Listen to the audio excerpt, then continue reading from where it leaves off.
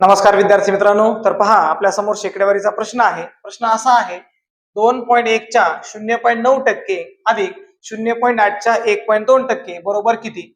तर मुलांनो, दशांश अपूर्णांकांची आपल्याला टक्केवारी कशी काढायची असते? तर काय करायचं मुलांनो, पहा आता मांडणी करायच्या अगोदर 2.1 च्या म्हणजे काय गुणिले 0.9% टक्केवारी म्हणजे छेदस्थानी किती घ्यायचे मुलांनो? 100 घ्यायचे. त्यानंतर अधिक सांगितलंय 0.8 च्या म्हणजे गुणिले पुन्हा 1.2% टक्केवारी म्हणजे छेदस्थानी किती घ्यायचे मुलांनो? 100 घ्यायचे. तर मुलांनो, असे उदाहरण सोडवताना काय करायचं, अगोदर वरच्या संख्येचा गुणाकार करून घ्या. तर 9 आणि आपण 21 चा गुणाकार करू. 9 एक 9 आणि 9 दुने 18 म्हणजे 189 आलं मुलांनो. पण दशांश चिन्ह या ठिकाणी एका घरावर आणि इथे एका घरावर आहे. गुणाकारामध्ये दशांश चिन्हाची बेरीज केली जाते. 1 आणि 1 2 म्हणजे दोन घरावर दशांश चिन्ह येईल मुलांनो.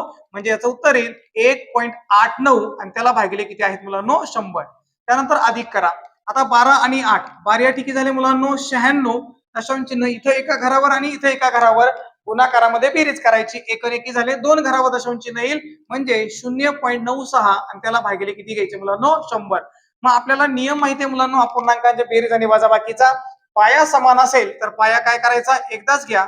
100 पाया समान एकदाच घेतला आणि वरच्यांची बेरीज करा. मग 6 आणि 9 मुलांनो 15 हाताला 1, 9 आणि 1 10, 10 आणि 1 8, 10 आणि 8 18 हाताला 1 मुलांनो.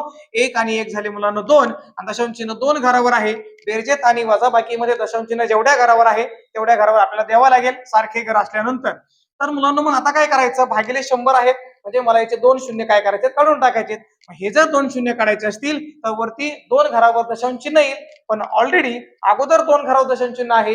अजून दोन घरावर दशांश चिन्ह येईल मुलांनो. म्हणजे पहिले दोन आणि अजून दोन म्हणजे असे 4 म्हणजे 0.0285 हे या प्रश्नाचं काय असेल? उत्तर असेल. मग अशाच प्रकारचे प्रश्न तुम्हाला सोडवायला आहे. याचं उत्तर काय येईल हे कमेंट बॉक्समध्ये सांगायचं. धन्यवाद.